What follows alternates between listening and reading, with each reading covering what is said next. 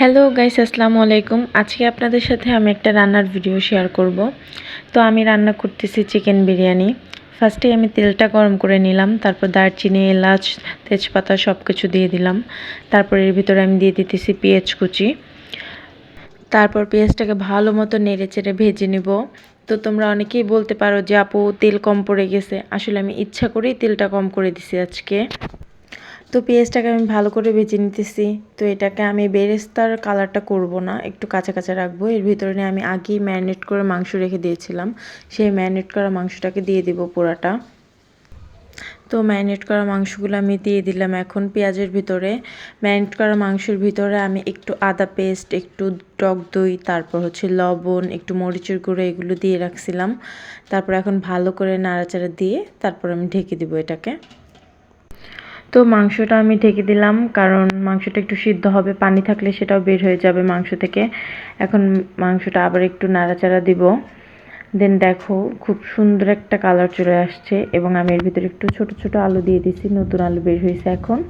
এই জন্য ছোট ছোট আলু বিরিয়ানিতে আমার খুবই ভালো লাগে। এখন আমি আলুগুলোকে দিয়ে সুন্দরভাবে নেড়ে চেড়ে তারপর একটু ঢেকে দিলাম, তাতে আলুটা একটু সিদ্ধ হবে, মশলাগুলো মিশবে ভালোভাবে।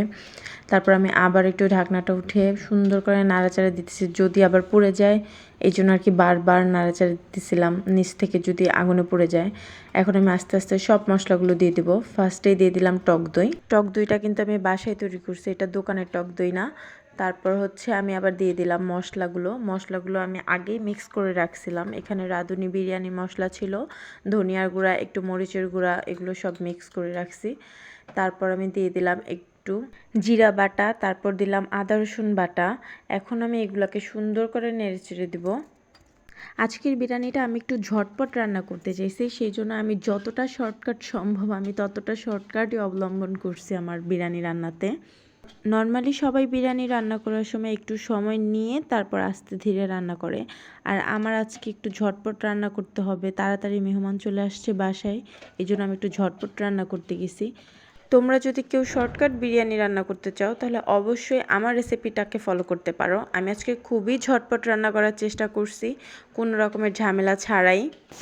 তো এখানে মাংসের পালা চলেই গেল, এখন ভালোভাবে মাংসটা কষায় নিলাম। এখন আমি এদিক থেকে আমি আবার আলাদা করে চাল সেদ্ধ করে রাখছি, সেই সেদ্ধ করা চালটাকে আমি আবার এটার ভিতরে দিয়ে দিলাম।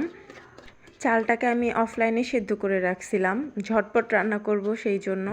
আর চালটা একটু বেশি সেদ্ধ হয়ে গেছিলো আমার, এই জন্য আমি ভালোভাবে নাড়াচাড়া দিয়ে মিক্স করতেছিলাম, কারণ আমি পানিটা একটু কম দিব, কারণ আমার চালটা একটু বেশি সেদ্ধ হয়ে গেছিলো।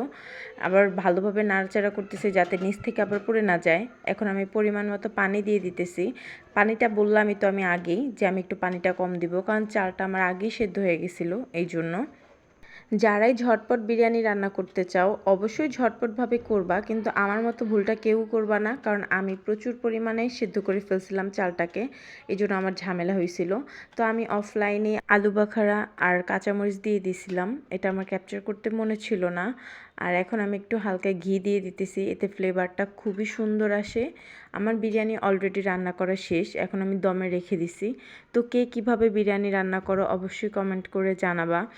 আর আমি এভাবে ঝটপট করে রান্না করছি, কারণ আমার বাসায় তাড়াতাড়ি করে মেহমান চলে আসছে। তো আজকে আমার রান্না এই পর্যন্তই, সবাই ভালো থাকবেন, আল্লাহ হাফেজ।